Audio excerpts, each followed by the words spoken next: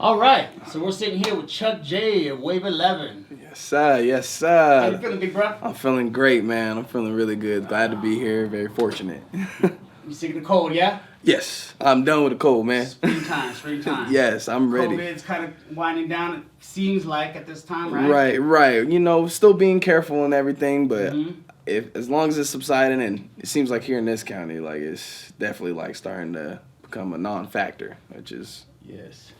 praise the Lord. Things are starting to open up, yeah? Yes, yeah, things starting. And that's good news for Wave 11. Oh, you know that. You know that. Yeah, we ready to get back out there and get people dancing and, you know, do the thing. Oh, man. Start Yeah. pounding on that cajon a little bit. Yeah, a little bit. Are you still doing that?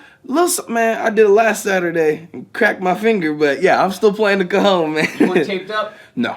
You No. gotta be taped up, man. Got to spat it up. You Get know, that cajon, right? it was funny. My fiance was like, "You should probably tape up." I was like, "I'll just do one finger." I should have done all them bad boys. I was over. I was done, man. So we were talking about that you're not originally from Colorado. You're from San Jose, California, from the 408. Yes. Bay Area, yeah. Yes. It's definitely, you know, the winters here ain't like California. You know, we get rain, and you know that's basically about it. 60s and 50s is like our low, whereas you come out here 60, 50, like people wearing shorts now. You In know, Colorado, you actually get seasons. So exactly. Yeah. Where were you born? San Jose, California. San Jose? San Jose, moved around a whole bunch throughout California, but San Jose is home. That's where it all started. Okay, so you grew up in San Jose, and then you went to school there? Yeah, so I was born in San Jose and stayed there until about 5, 6. Okay. And then we moved to a little city called Soledad. And that was in like Central Valley next to Salinas, Monterey, all that jazz. And that was like a huge culture shock because you go there and it's about 98% Mexican, 2% other, you know. So not many black people, not many white people. You know, I was kind of raised around Mexican people. So stayed there until about middle school, and then my parents decided to move to Gilroy because my dad was a state musician for our church, or for a bunch of churches and stuff like that. And he moved us out to Gilroy for better opportunities, and I'm honestly super glad that he did. I was mad at first, but Gilroy was a very good, you know, stomping ground and close to San Jose still. So earlier, whenever you were early coming up, was that area not was there gangs, a lot of violence? Yeah, so I lived on the east side of San Jose, which is definitely like the more rough side for sure. And we lived in a trailer park, and you know, I don't remember too much around that time, but it definitely was on the rougher side. And then, you know, moving to Soledad was like new development and new stuff. We had a new home, so it was like night and day, you know. So it was a lot. It was definitely, you know, a little bit rough. But then we moved to Gilroy, and then that is definitely a lot better than the other two. You know. And where is that at? Gilroy, just 30, 40 minutes away from San Jose. Okay. Yeah, not so too far. Like kind of just like out in the suburbs type of little town? Yeah. Gilroy definitely like the suburbs. What they're known for is garlic. They have the garlic festival out there, and a bunch of people come out for that and such. But just like it's a nice suburb, you know, and it's definitely a lot more, you know. Had a lot more white people, you know. Had a lot different, you know, from being in the ghetto, and you know. It's not the hood. Nah. And not all the stuff that comes with it, because there's a lot of opportunities for young men to get in trouble. Let's put it that way, right? You ain't lying, boy. You ain't lying. So looking back, I know, I feel the same way because I grew up in Compton with my mother, and when I decided to come to Colorado to live with my dad, looking back, I was like, yeah, that was the right move. Right. Because, you know, you don't want to be a statistic. Right, exactly. I mean, at the time, you don't want to leave. You know, you're like, you know, don't take me. But then once you do it. Yeah, you get a little older, you look back, you're like, damn, man, I'm glad I got the hell out of there. Right, exactly. Okay, so you were saying something that your pops was into music. Yeah. So did you have a lot of musical influences coming up? It was like a rule in our house. Like you had to know how to sing, play some sort of music. Like it was like embedded in us. So yeah, he was a part of. We were a part of Baptist church, and it was called California Northwest, and it goes across many states and stuff like that, and he's just really well known through all the churches and stuff, and just a really good organist, good pianist, good just music talented person. And when I was younger, I never wanted to play piano or anything because that's what he wanted to force on me. So I went to the drums first, and learned how to do the drums and everything. And once I had like the rhythm down, that's when I started getting more into like notes, music theory, like learning more of that. And that's when I started learning piano in high school. I joined choir, and like Dad definitely pushed us to be musically inclined. You have brothers and sisters? I have 3 older sisters. 3 older sisters, so you're the only boy, huh? That's right. The only other boy up in the house was our dog Barney, who was a Pekingese Chihuahua. That was it. Wow. Yeah. Interesting. And I didn't name him, so it wasn't me. That was them. But yeah. So you're a pretty well-rounded musician now, as far as you can do a little bit of everything. Right. Yeah. And that comes from that background. Yeah. Exactly. Just having everything in the house. Dad playing music 24/7 when we sleep. I think. What type of music did you listen to growing up? Gospel. Gospel was everything until I think I hit 13, and my grandpa came down and got me a computer, and I downloaded LimeWire. Right. And the first hip hop song I listened to was Black Sheep. The Choice Is Yours. Engine number 9. That was the first song, and that's when I fell in love with hip hop. That was the first song, and then just started going into hip hop, R&B. Of course, Mom playing R&Bs when we got clean on Saturdays and stuff like that. Cool. Just definitely all that, but gospel was that was it, man. So did you start a band back whenever you were young? Were you did you start your own thing, or did you always within the church? So it was always within the church when I was younger, because I think we went to church at least 4 days out of the week. So that was everything that we were at. So I played the drums, and not until about 16, my dad didn't know I could sing, and he caught me in the garage one time, and I was just singing. He's like, "Okay, next Sunday we gonna see you next Sunday," and I was like, "All right, let's do it. Like, I ain't afraid." And so you doing that in the church and being, because you got a crowd every time you're every Sunday. Performing. So when it came time for you to actually get in front of a crowd later in life, you didn't have that stage fright, you didn't have any of that? Nada. Yeah, nada. Definitely, I'm very fortunate that we grew up in the church, because like you said, there's always a crowd. But the thing about being in the church and growing up in the church is like, all these people, like you go eat and break bread with them and everything. So I wasn't nervous or anything. It was just like I kind of knew them. Of course, like the first time, of course I got the butterflies and stage fright and everything. But the more and more I did it, it just kind of came like second nature, and stage fright was never really a thing for me. Yeah. Yes, a lot of cats growing up in the church. You get that early stage experience. Yeah. As a kid, a lot of times. Yeah, you're kind of just forced into it, First you start small, maybe do like a Friday service where there's only like 10 people up in the church. But, my first, experience with stage fright was playing the drums. But I was still in the background. So it wasn't like... Too bad. You got the drums in front of you, kind of be that buffer, right? Yeah, got the plexiglass. I'm like, I'm in my little cove right here. It wasn't too bad. But, that... was kind of like the first time I kind of got stage fright. And of course, you mess up, every once in a while, but you just keep building on top of that and, get better and better. And, I never really thought I was going to be in music, Are your folks still in California? No. So my mom lives here. My dad passed away in 2015. He in 2015, I moved to Hawaii, and my mom had called me and he's like, "We're not doing good here. Like, you gotta come home." So I came on home, and I was fortunate to be one of the only siblings to be there, before he passed. So I was glad to be back and help out moms and stuff like that. Yeah. All right. Yeah. And that was here? No, that was out in California. Yeah, California. And then I ended up continuing my job out there. I worked at Shoe Palace, and I was like a sales manager out there. And I kept working, saved up some money. And then I talked to my grandpa, and I was like, "Yo, I think we trying to get out of California. Like, I think Colorado is the move." And, me and him worked together because he is a veteran and did a whole lot of service and such like that. So he had, you know, GI Bill and everything. So it kind of worked out. You know, we both kind of put our monies together and we bought my mom a house, and now she's got her house and everything now, and we're all situated here in Colorado. Majority of my family, at least. So that's cool. Yeah, it's really nice. Here in the Grand Valley is where you decided to.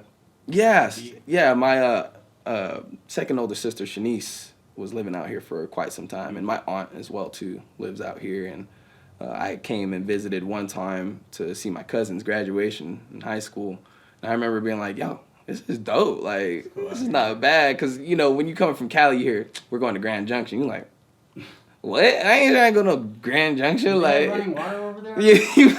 Like, there's nothing but a bunch of cows and horses. Y'all got electricity? Like, for real. But no, I fell in love with Grand Junction. It was, you know, still city, but not too big. Like, you know, San Jose or San Fran, Oakland, anything like that, where it's just hustle, bustle 24/7, you know. Here I can, like, breathe. I feel the same way, man. Western Colorado, it's like you can breathe, man. Yeah. You don't have that constant.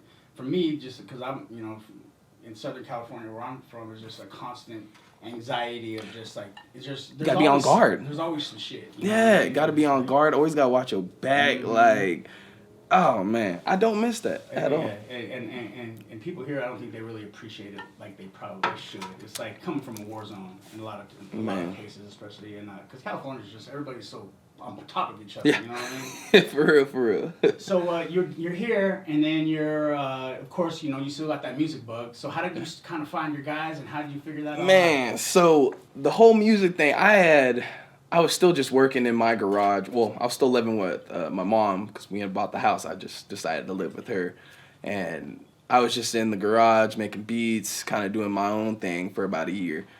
And then I started, before that I was working at Applebee's. And just so happened, I was in the back one day talking about, you know, music. So I think I was talking to someone, they had asked what I went to college for.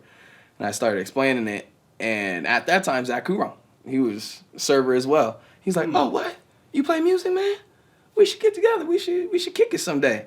And I was like, "For sure, come through to the, you know, studio one of these days." And it was funny. I had a bottle of peach parmesan, and he came over, and that's how we wrote "Sippin'." That was the first song. First night that he came over, we wrote "Sippin'," and it's still one of our most popular songs. I heard you guys play that up on the balcony at Avalon. At the Avalon. You told that story. Yeah, man, that song popped, man. Yeah, exactly. It was just crazy how it kind of worked out, and Zach seems like a real cool dude. That's my dude. Real chill to kick it with. He's just always just has like, it seems like he's always just has a positive attitude. Yeah, Zach, man, me and him go way back like Cadillac seats, man. Like, man, he's the wild one, and I'm more like, you know, reserved. So when Zach ready to go do so, I'm like, oh, okay, we finna get wild. Like, all right, like, but yeah, no, Zach's my brother, man. Like, to the end, that's my dude right there. He's good too. Yo, man, and when I had met him, he had only been playing for like a year or two. Yeah, I heard that he hadn't been playing that long. I was like, how did he get that good that fast? Just self-taught, man. Didn't really like do anything growing up or anything. Didn't learn any music or nothing. But he only was playing for like 2 years when I met him. I think it was like 2 or 3 years maybe. Yeah. But that kind of speaks to talent. Yeah. You know, like some people you can do something for a long enough time and be proficient, but some people they jump right into things and they're like more than proficient right away. Yeah. And that speaks to talent. You know? Exactly. You got it or you don't. Yeah. And I didn't know that, you know, when I first met him. Yeah. But, you know, once I learned that, I was like, wow, that speaks volumes. Like, that's real. That's dope that you can pick that up like that. Yeah. Because I'll try to pick up a guitar. I can't do guitar. I'll do a ukulele, but not the guitar. Yeah. My fingers don't work that way. Plus, I'm left-handed. I play it upside down, and nobody can teach me anything. Look, unless you find that one left-handed player in the junction. I've been playing upside down guitar so long. You give me a properly stringed left-handed guitar, I'm just as lost. Yeah. He said, I'm still not there. All right, so you got with Zach, and then you got started doing your thing, and then how did Wave 11 become? It just honestly, like, it went from two dudes making some noise in the garage into Wave 11, and we weren't even Wave 11 at first. We just went to like open mics, you know, and we just called it ChuckJay and Zach. Cool. And then our first like big gig was at Applebee's, and we had it on the marquee and everything, live music, ChuckJay and Zach. I still got the picture of that. Cool. Yeah, and we were the first people to ever play in Applebee's, and I remember like the corporate office that came down. They're like, "Oh, this is really nice, yeah, yeah, this is nice. We should do this more often." Oh, yeah, all right. And then that's when we knew we was like, "All right, we on to something. Like this is something good." And we ended up we rocked with ChuckJay and Zach for a while, and then we got Wave 11. Another side story. Kids don't do drugs. We was on them shroomies and just had a good night. And I remember we went through a whole bunch of names. First, our name was Two Worlds, which is one of our singles now. Two Worlds.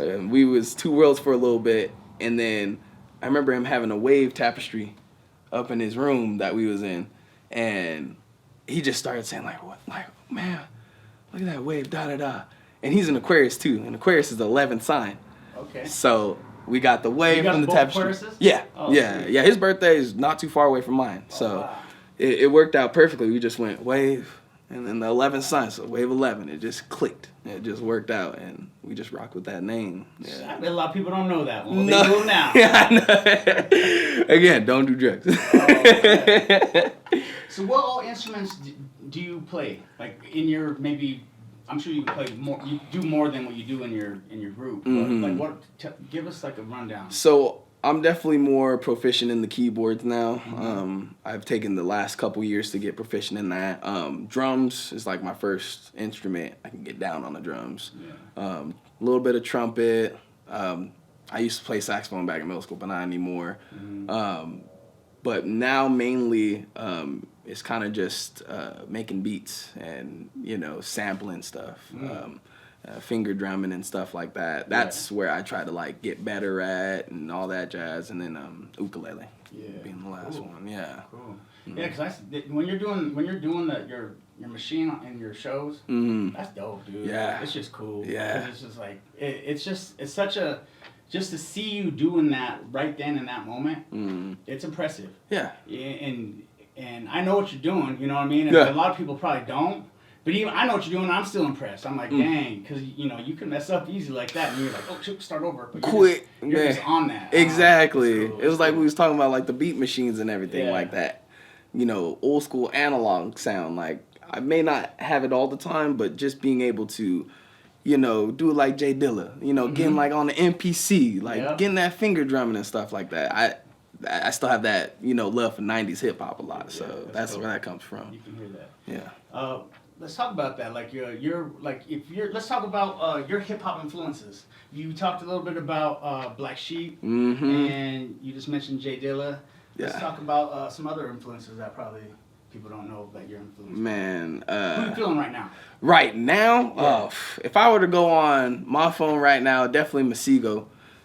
He definitely kills it. Brass tracks, they're really dope. I'm into like lo-fi, you know, freestyling on top of beats, and I feel like I have a lot of influences right now. It's just a whole bunch. I got, you know, to Big Sean, to Sarah Bareilles, to orchestra like Chanticleer, who's a big male group. And you got these dudes singing soprano like crazy high, and it's just a whole collective. And you know, from Chanticleer to back to hip hop to Lupe Fiasco to whole bunch of stuff, man. And you got a wide range of like what you're listening to and what you're influenced by. It's probably in that reflection of music. Right. Cool. That's Exactly. Really cool. I figured, you know, if you have a message, you might as well try to learn it in every language, every genre, and you know, I try to as much as possible. You know. Gotta keep it groovy like a drive-in movie, big bro. I heard that, boy. Yeah. How'd you guys link up with Derek? So, your guys' drummer. Man, what show was it? It was a show in November, and it was him and his girl Try were there, and I remember talking to Derek. I was like, "Yo, Suckerfish is dope," because you know he's a part of Suckerfish and everything. And I remember watching him. I was like, "Reggae rock, like that's dope, like that's sick." Because before I moved out here, I wasn't really into reggae like that. I wasn't like heavy into it. Zach definitely brought me into that reggae scene. Is Zach from Junction or is he from? So originally Escondido, California. Yeah, and California cat too. Right. Yeah, and then moved out to Denver. Westminster, and then came out here for college. And he played hockey. He's a really good hockey player, honestly, mad good. But I definitely give props to Zach for the reggae. But yeah, it was funny. Derek was at one of our shows in November, and I remember like, yo, man, like, what do you think about joining another band? Like, what you think about Wave? He's like, man, I was waiting for y'all to say something. Like, man, yeah, he was stoked about it. He's like, yes, please. Like, I would love to do that. And we ended up practicing at his house one time and clicked onto those songs real quick. You know, it worked out perfectly. Like, Derek's a smart dude too, so he's him and his brother are both the suitors. It just runs in the family. It runs in the family, man. They smart. You need to drink the water at their house. You feel me? Ain't no telling. Yeah, so Wave 11, man, you guys are killing it. And then you guys are, now that COVID's opening up, you guys are gonna be working on doing some big things. So yeah, we got some big things, but big news is Zach's moving to Florida, and he's moving April 20th, man. He's leaving. He's leaving. So he's gone. Yeah, his girl Sam got a really good job out in Florida, and you know, she's been really gunning for a better job, and she's also really smart, really cool person. So, you know, they both kind of decided, you know, that they wanted to make that move because they've been talking about moving, and as a band we were talking about moving, you know, but COVID kind of just put a number on everybody, you know. How's that gonna affect Wave 11? We're kind of. You guys are gonna start having, because you know how you gotta adjust and evolve. Yeah, man. yeah. It's probably gonna come to an end, unfortunately. Yeah. You know, I don't think this is the end though, per se. Me. Yeah. I feel like I'm just gonna take this time to just hone in on my craft, get better on more instruments, better on singing and everything, and I feel like at this time for me, because before Wave 11. I never thought I was going to be in a band. That wasn't my intentions. Yeah. It kind of just went into that. Yeah. And I'm really super grateful and blessed for it. But I'm an introvert, and I like working on solo stuff and working on my own music. And, you know, before Wave 11, I was putting out my own EPs, and they weren't big or anything, but just stuff that was saying my message. Right. And that's what I'm continuing on now, just working on my own solo music, working with our engineer, Adam Lopez. He works at 970 West. Okay. And just doing solo work now and kind of doing my own thing. And you've always kind of done, you know, when Wave 11 was really hitting before COVID and all that, you've always kind of done your own thing here and there. I know that you were there at Will's opening CD release, or I think what was that, Montrose? Yeah. Over there. So you've always kind of been in position, keep yourself in position, right? By continuing to hone your craft. And I've always made that clear to Zach. You know, just I'm a part of this band, but I also have to take time for myself too. Because if I don't take time for myself, I can't give to Wave 11. You know what I mean? I have to have my own type of thing as well too. So and that's got to be a little. For a lot of people don't do that because you know how in bands. There's a lot of feelings involved, you know what I mean? People start doing their own show, like, hey, what, are you gonna leave us? Yeah. Like, no, man, I just gotta do this. Like, that's not it. You know, but if you have good communication, talk to your bandmates, say, hey, this is part of like what I need for my growth. It's nothing against you guys, but I just need this. Right. And if your band's cool with you and doing that, but that's communication. Exactly. A lot of cats will be like, I'm just gonna do it and not say nothing. Right. And then you cause this.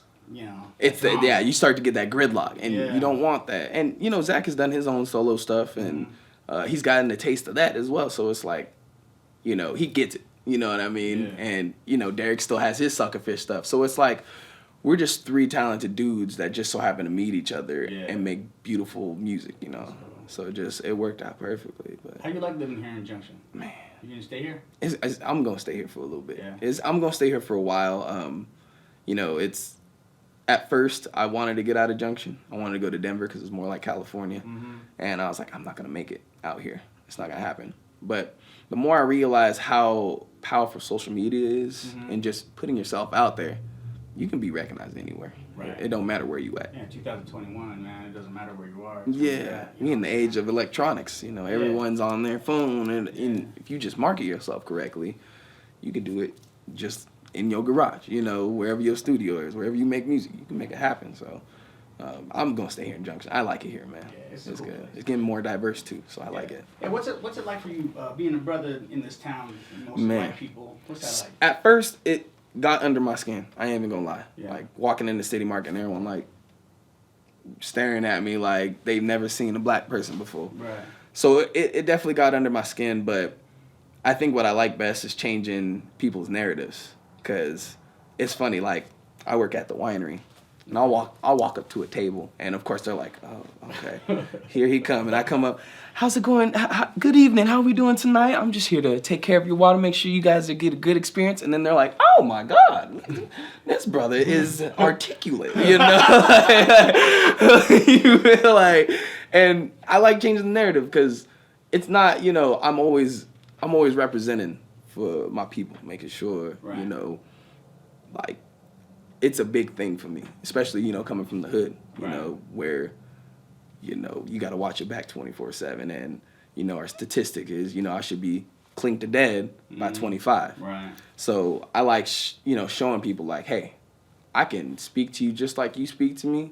Just respect me as a human. Have you experienced any racism? Oh, yeah. Oh, yeah. How'd that go? Like, give me an example of something. You know, let's see. There's been a couple times where, you know, where you may be at work, someone want to, like, slide a little joke or some jazz or whatever, and they're trying to, like, yeah, it's funny, huh? Nah, it's not funny. It's not funny, bro. Right. Like, and for me, like, at first, you know, when I would go to my job and everything, and I would hear certain, like, things like that, I'd be like, oh, I'm just trying to fit in. Like, oh, yeah.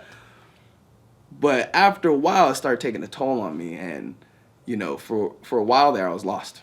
I wasn't myself. I was just trying to fit in. You know, it was a culture shock out here. Yeah. And, like, now, I have no problem being like, nah.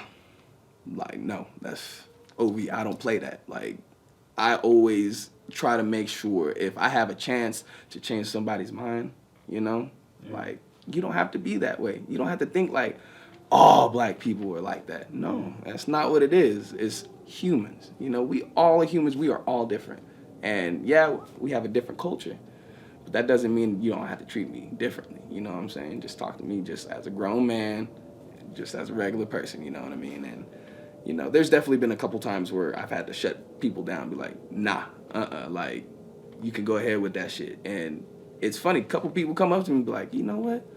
Like, I'm sorry. Like, I feel really bad that I did that. And I'm like, I'm glad you recognizing it. Just make sure now when you go and hang out with, you know, mainly all your white friends or whatever, like, don't change that narrative when you're around them. You know, like, make sure they know too. And I think that's a big thing here in Junction. Like, we're getting a lot more black people here because of the college and, you know, a lot more diverseness. You know, Mexicans, Asians. 2021 is a beautiful time, man. Yeah. Diversity, so. It's big. How do you feel about like white kids using the N-word? No. No. And it's funny because I've had this conversation, like, with some people. They're like, well, why can black people say it? Well, because we decided to take ownership of it. Right. Slavery was not that long ago. Segregation was not that long ago.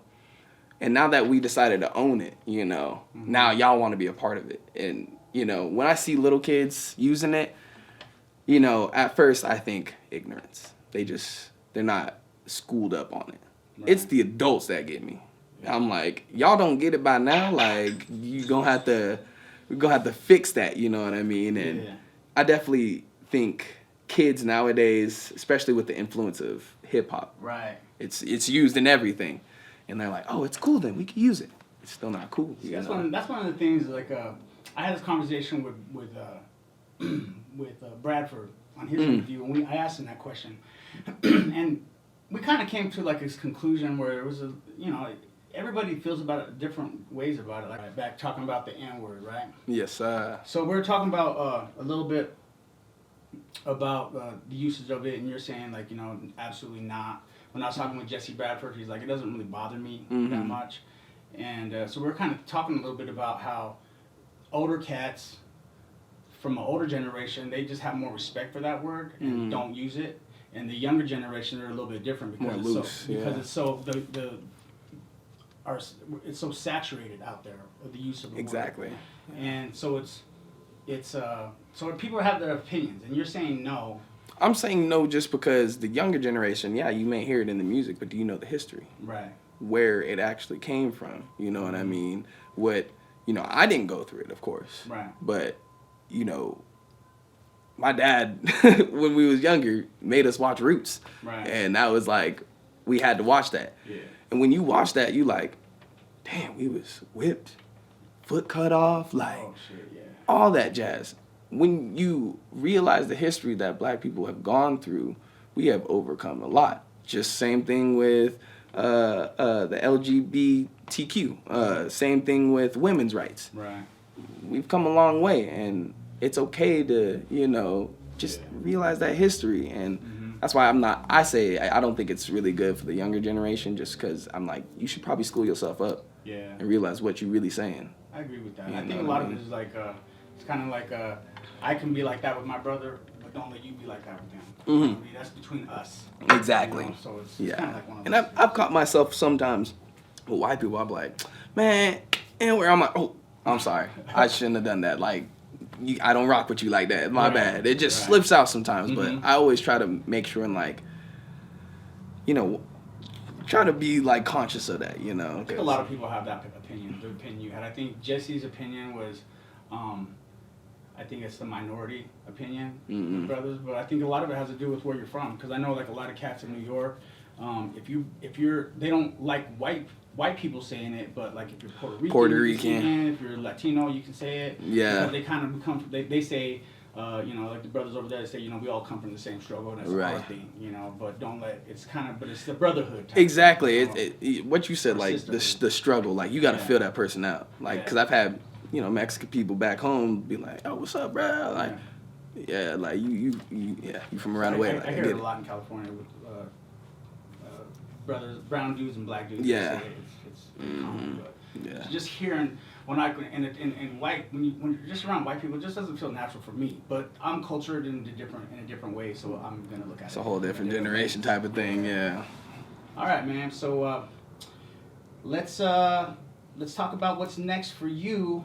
We know that you're going to be doing a little bit more solo stuff. Yes, sir. I know that Zach's going to be moving to Florida. Yes, sir. And but you're going to still be rocking with Derek. Yeah. Mm-hmm. And you guys might be starting, maybe pulling another guy in, or you guys thought about that yet? Or too early? It's still too early. Like, I just found out not too long ago that he was moving, so we're still trying to figure out what we're going to do and everything, but I definitely going to do my own stuff. And we were kind of talking about earlier, I've worked with Wes a couple times. It was Derek's brother. And he does all the EDM type of stuff. And we did this track called Time. Man, it is, when he released that bad boy, people gonna be like, oh, word? Like, that's what that is? So I think, what in my mind, what I envision is like still working with Wes, still working with Derek, because Derek still makes beats and everything like that. And, And that's all your family, really. So basically, it's a beautiful thing, and you got it, and you're walking into a good family right there. Music wise, intelligence wise, just cool people too. Yeah. Derek and Wes are both cool cats. Oh yeah, love the Suitors, man. All right, man.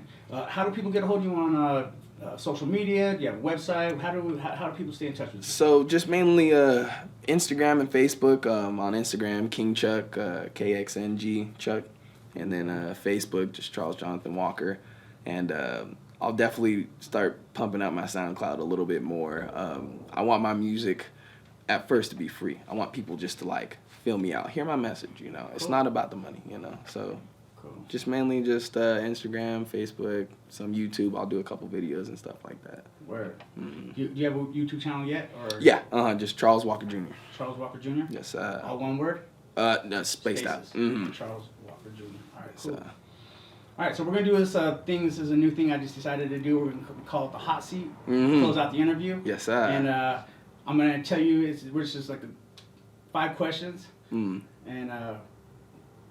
we're going to just, you just give me the first thing that comes to your mind. All right, big bro? All right. Michael Jackson or Prince? Come on now, MJ. MJ, boy, come on now. Prince is good, but come on now. MJ. MJ all day. Tupac or Biggie? Man, it's hard. I've had this ongoing battle in my head for a while now. I'm from the West Side. I love me some Tupac. But I love me some Biggie, bro. I'm going Biggie, man. Biggie? That man's lyricism, the way he flow, man. His swing, right? He does have that swing. Yeah. That jazz swing. Yes, sir. All right. Cats or dogs? You know, that's a good one. Since I met Zoe, I didn't like cats before Zoe. Now I'm a cat dude. I'm the same way, man. I used to be a dog dude. Millie, she's a cat. Yeah. She's a cat chick, and I just love cats now. Yeah, they're amazing, man. They're just they do their own thing. Yeah. I love it. Not all up in my business. Yeah, exactly. A little bit too good for me. I yeah. like that. Yeah, you like okay. All right. Cool. You stay in your corner. All right. What's your favorite food? Favorite food? Oh man. Okay.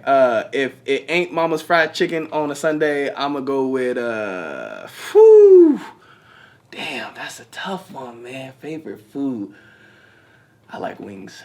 Just chicken in general. I like wings, man. Wings. Going to Roosters or something real quick. Wings. Buffalo chicken wing, classic buffalo, or you like that? I like Parmesan garlic. I like buffalo. Sometimes like the Asian zing sometimes. You gotta find an apricot habanero. That's just money. I don't know where you get it, but they used to have it in this place in Montrose I used to go to. That's how fire. Yeah, actual apricots and everything, man. Oh, yeah. All right, last one. Revolution or status quo? Revolution. Beautiful. Never the status quo. All right, man. Yeah. Kicking here with ChuckJay, big bro. It's been great kicking it, man. Thanks, man. Appreciate that big time, man. Y'all check out man. Benny. Woo woo.